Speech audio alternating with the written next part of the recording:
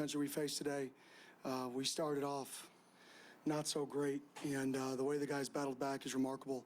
Like I told them, if they could rewind in the locker room, I hate to lose more than anybody, but now that it's over, when you can reflect, and where these guys have come is an incredible testament to the team, but golly, that one sucks. All right, we'll open it for questions. Raise your hand. We'll get you a wireless mic. Let's start right here, fourth row on the right.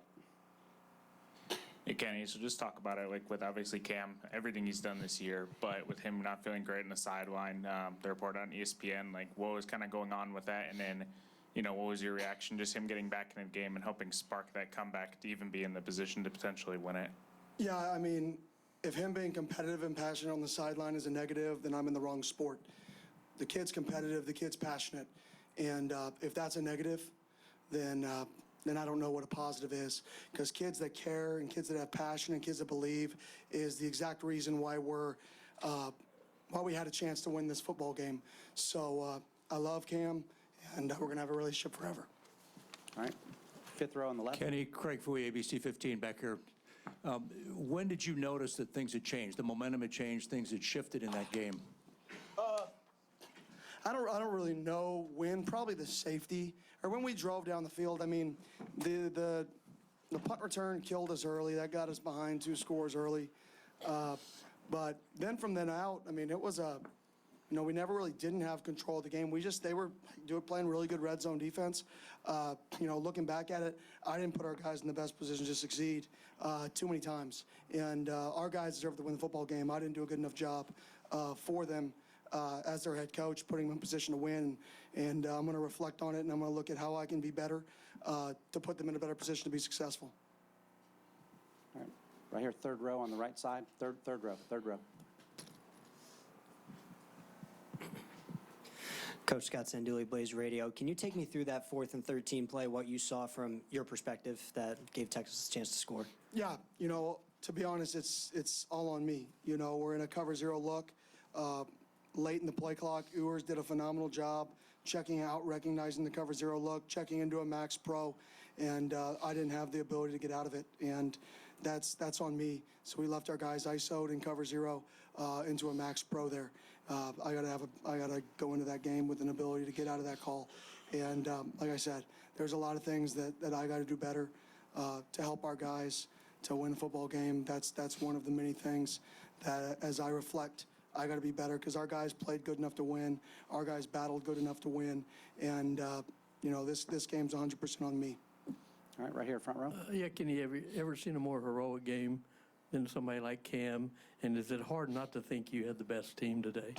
Yeah, at the end of the day, the best team is the team that wins the football game. Bottom line. And that's a really good football team we faced. That's one of the best teams in the country. And they've built that thing over 4 years to get to where they're at. And I have the utmost respect for Sark and that entire football team, and I know our team does as well, because that was a battle.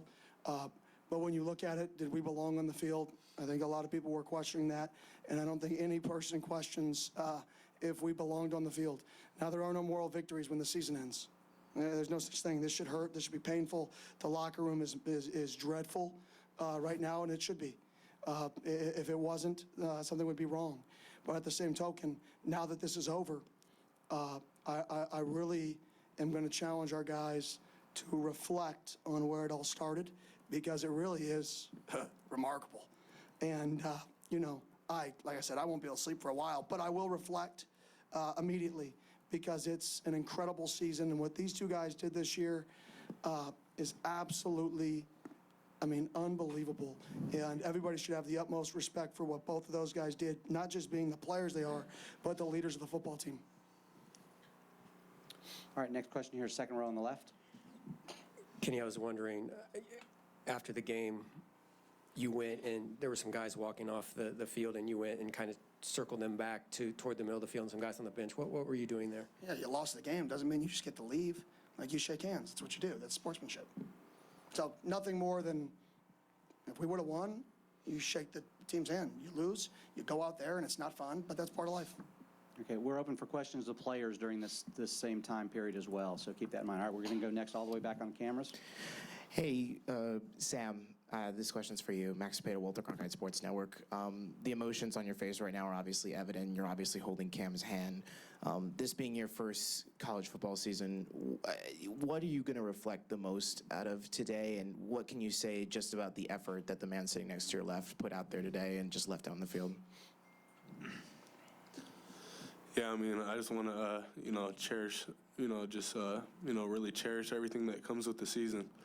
It's so special, and this group of guys is so special, especially, the two sitting next to me, the amount of time that, just the amount of time that I spent with them and, just the work that we put in. It's just going to hurt me not to be with him next year. Obviously I got another year, but I'm just going to go into this next season and, not take anything for granted, off-season workouts, the late nights in the facility and everything like that. So, yeah. All right, staying in the back row. Jordan Ham, Sports 360 AZ. This is for all three of you. Just when people think of the 2024 Arizona State Sun Devils, what do you want them to think of first? Cam, start with you, please. Undeniable.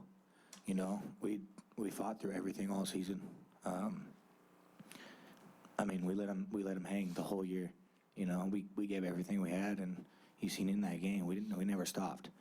I bet you nobody in this room thought we were gonna even be close when we went down 17-3 in that first quarter. So we believed in ourselves. We believed in what we had going, and undeniable is what this team's about. Because like you said, heroic too. Heroic. Everybody on this team believes in each other, and that's what kept us close. Sam?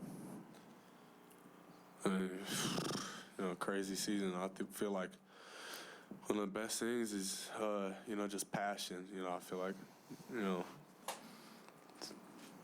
it's pretty special. And that stems from Coach Dillingham and the staff. We just have a different level of passion and something I've never been a part of. Family. Right here. Yeah, Max Olson, ESPN. Question for Coach Dillingham. The performance from Cam, the go route, the touchdown pass he threw on fourth down, just some of the plays he made to just insane. Where does that one rank for you, just individual performances you've seen? This is just a Tuesday for Cam. It is. This is Tuesday. Wednesday. Yeah, Got good days point. backwards. Good point. He's a special player. He's somebody.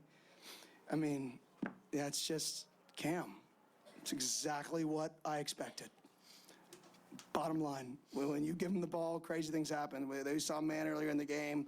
He runs the side like, I got to win a go ball. I'm like, I agree.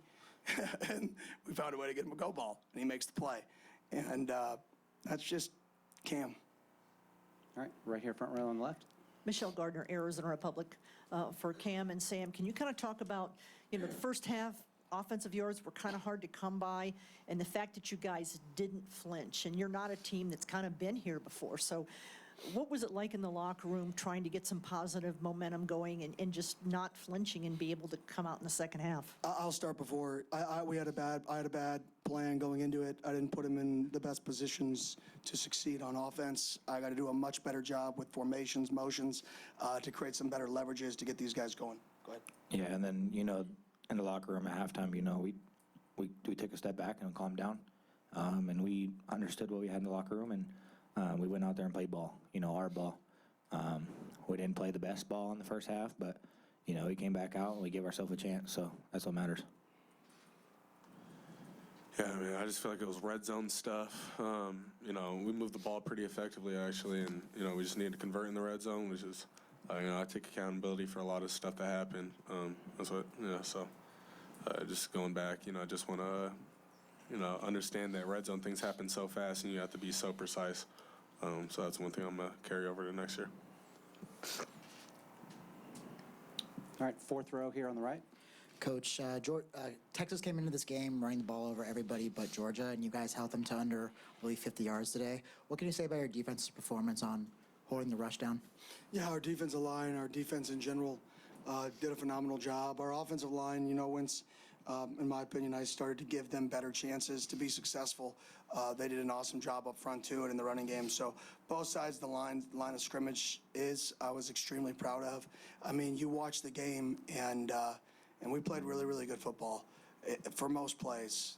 The problem with football is some plays were worth a lot more than others. And the plays that were worth a lot, they made more of them. And but like I said, both the lines of scrimmages I couldn't have been more proud of, and the ability to get 4 of the guys back up front on offense, and everybody but 1 guy back on the defensive lines, and 2 guys in the entire front 7 on defense. You know, I'm really excited of the foundation that Cam and this team and Leaf has, you know, laid, and to see where it can take us. Now, if the Arizona Cardinals can just draft Cam so we can keep him home, that'd be awesome. All right, second row here on the left. Chris Cartman, Son of Source. Kenny, a couple of situations I wanted to ask about. The decision to punt versus go on 4th and I think 5 at the end of regulation. Was that an easy one, given the momentum that you had? And then also the targeting review that was not called targeting that you talked to the officials about and what you thought about that. Yeah, the punt was we were playing good defense, and the score of the game, we kind of had to, in my opinion. Just 4th and 5, low percentage, doesn't even give you the.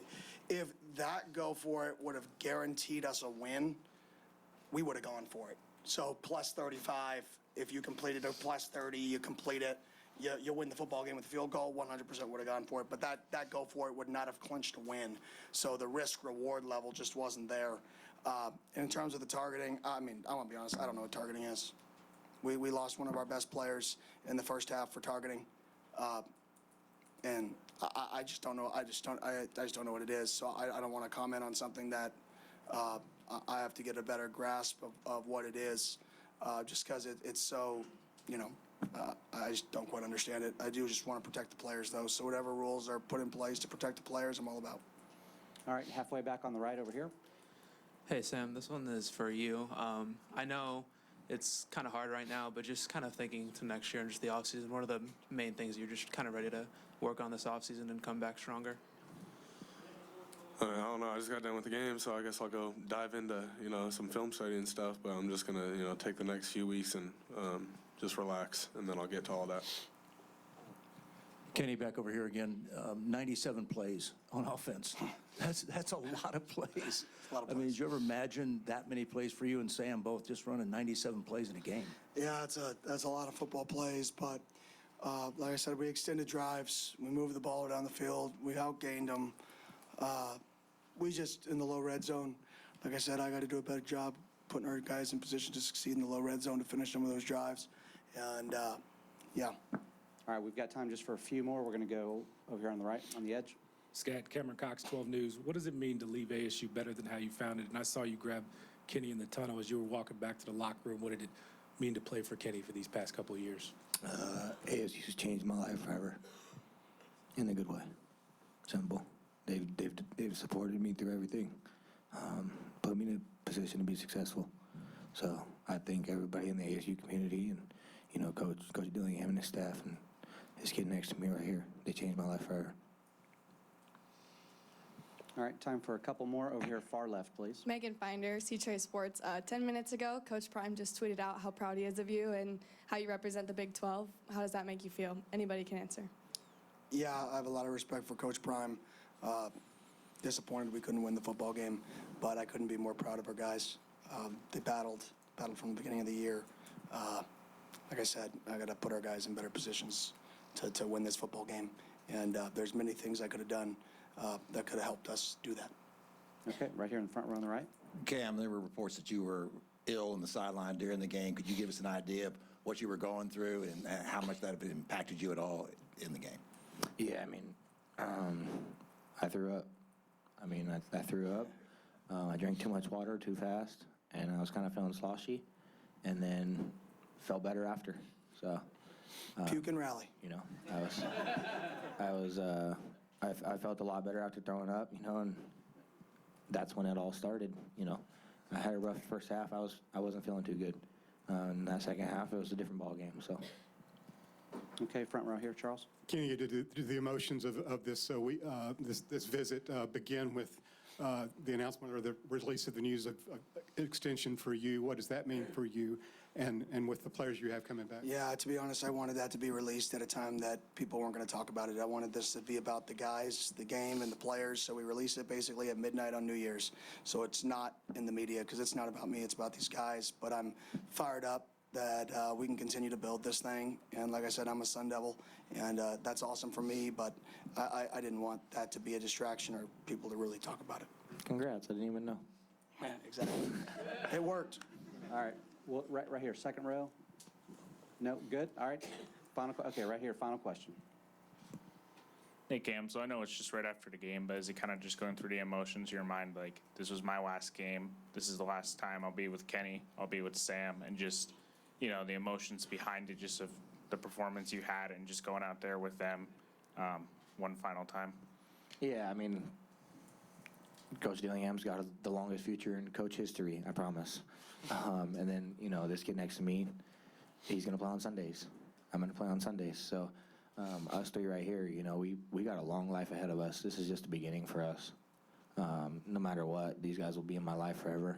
So it's awesome that I was able to play football for and with them. And, you know, I'm happy to be in the position I am. And, you know, for him to put me in a role to be successful, and then, you know, Sam executing to help me be successful. I just hats off to those guys, and, you know, I love those guys forever. All right, I think that's a good place to end it. If you guys will sit tight for 1 second, Cam, we've got something to present to you.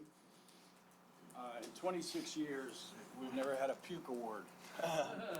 But no, this is, in 26 years, we've never had to be able to do this. And with about 7 minutes left, the media voted Scat as the MVP. And so the offensive MVP of the Chick-fil-A Peach Bowl, Scat. Congratulations.